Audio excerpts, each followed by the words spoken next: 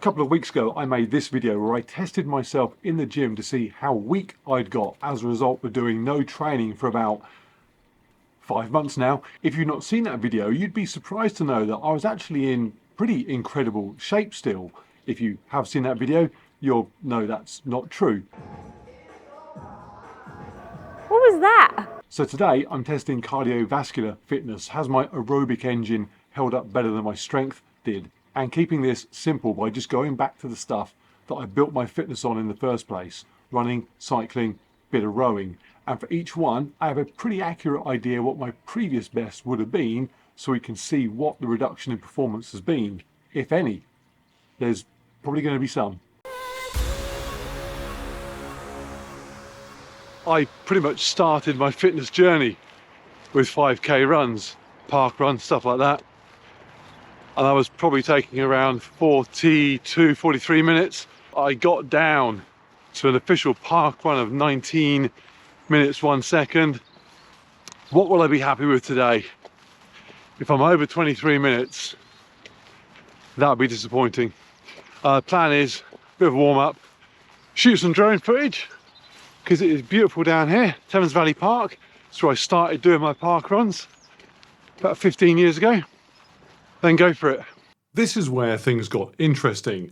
I knew I would be way slower than my previous best, and my expectation was to be quite depressed by that. Certainly more than I was seeing my gym performance drop off. And that's because I started my fitness journey with things like going for a run. So the ability to do that simply means more to me. But what happened was that I ran around in the beautiful sunshine down by the river, and despite, yes, finding it physically tough, I was just reminded why I was drawn to going for a jog all those years ago. It was just nice to be out and doing something active. Clearly, that didn't mean I couldn't moan about my performance on the way back to the car. 23:23. Which is, I mean, it's going to be interesting because I know some people say 23 minutes is still okay. It's more how the 23 feels. Like last year, 23 minutes would have been it'd just be a kind of a jog. I'd be jogging. I must have rested for a half hour before walking back to the car, and I'm still out of breath and in pain. Day 2, 2k indoor row, or outdoor row as the sun's out. Now, back before I was middle-aged and fat, I would have got around 6 minutes for a 2k. I then didn't row at all from about 18, 19 until 48, when a couple of years ago I jumped back on the machine and did a 6:24. That isn't happening today. What is happening today? If I could hold 1:45 for 500 meter splits, that puts me on 7 minutes. It would be gutting to take longer than 7 minutes. Of the 3 challenges, the rower was the one I cared least about. I'm just not a particularly big fan of rowing, but I did assume I might do best on it because while I've never been a particularly skillful rower, I've always just been big and therefore able to row a reasonably quick time, and I'm still big. It turns out there is more to rowing than just being big, though. To give you an idea of my past performance, a couple of years ago when I last rowed 2,000 metres fast, I did the first 500 metres in 1:32, the second in 1:35, the third in 1:38, and finished in 6:24. That's an average of 1:36 per 500 metres. I went into this expecting to row around 1:45 from the outset and then see what I could hold on to. But I couldn't keep it much below 1:50 splits for the first and second 500 metres, which meant I went through the first 1,000 metres in around 3:40. It's about 40 seconds slower than I would normally expect. And then it just got worse. I just ran out of everything and ended up with a time of almost 8 minutes and an average split of 1:58 per 500. On the plus side, it was lovely weather.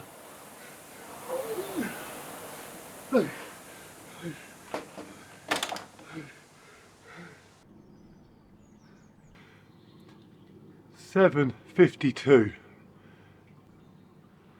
Yeah, that's shocking.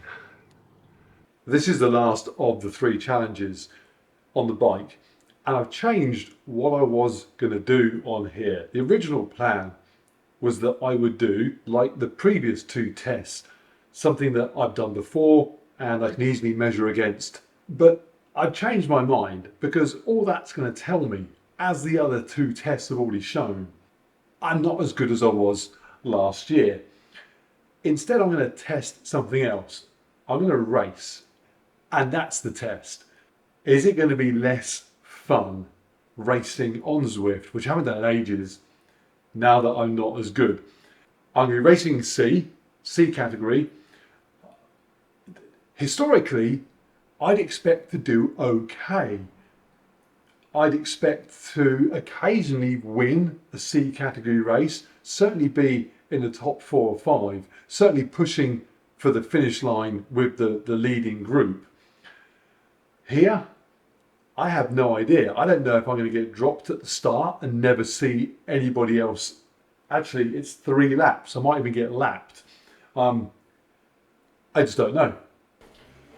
Okay, so we start in 1.5 minutes. I've just got on, which doesn't sound like I'm very well prepared, but that's how I always used to race on Zwift. Jump on last minute.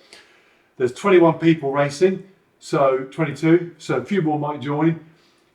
Typically, with those sort of numbers, a couple of years ago, I'd be looking to be in the top half, above average. Let's see if we can make top 10. We are off and racing, and this first minute or so was probably the most fun I've had in the last few days. I am off the line with the leaders and I am sticking with them. So far, so good. And then the reality of my current situation catches up. This race is around 17 kilometers, which means it's going to be taking me about half an hour. Category C is for people that can generate up to 3.2 watts per kilo of body weight over an hour. At just over 100 kilos, that means I need to be able to generate significantly above 300 watts and hold it for an hour before I'm too fast for this category.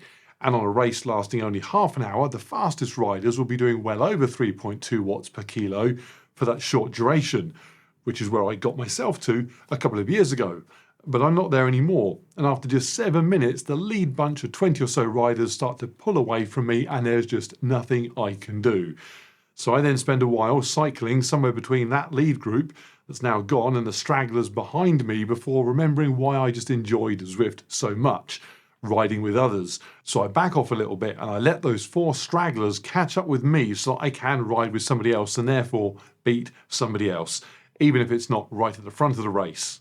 Not that staying with them is easy. In fact, at one point, 3 of them start to pull away from me and I have to really dig down deep to just push myself and get back into contention while feeling incredibly fatigued at this point. Funnily enough, as I caught back up with them, a couple commented that they enjoyed watching the channel here. So I did start to wonder if they had deliberately slowed down just so that they could have the glorious experience of riding with a YouTube celebrity. My hope was that that was exactly what happened, because I needed all the help I could get. But behind the exhaustion, that last 10 minutes or so is an absolute blast. Staying with them is putting me right on the limit, but it's doable. Those are perfect race conditions. As we come to the line, my only objective is not be dead last. So my hope is that either I can summon up more power than the guy in front of me, or that he's currently multitasking and sending an email or typing a text, and therefore paying no attention to his screen whatsoever, as I attempt to come past. So I averaged over 241 watts over a race lasting less than 30 minutes. Previously, I'd done races averaging 320 watts over an hour, so it's a massive reduction in ability, but absolutely as much fun as I always remember. Zwift races are back on the menu.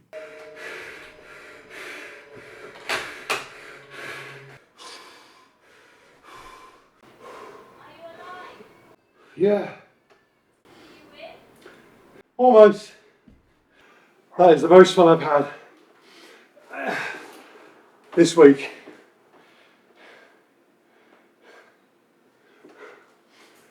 I don't think I can stand up.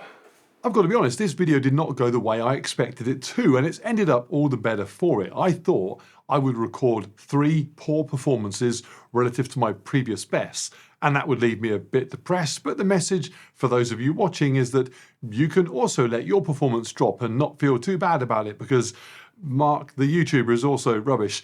I'm not sure it's a particularly valuable message anyway. Instead though, the message has turned out to be this. I couldn't care less what my performance has been. This week I have been running down by the river in beautiful sunshine. I've been sat in my garden on a rowing machine while the dogs watch me and wonder what on earth is going on. And then I've been getting my competitive fix addressed by having an absolute blast on the Zwift bike.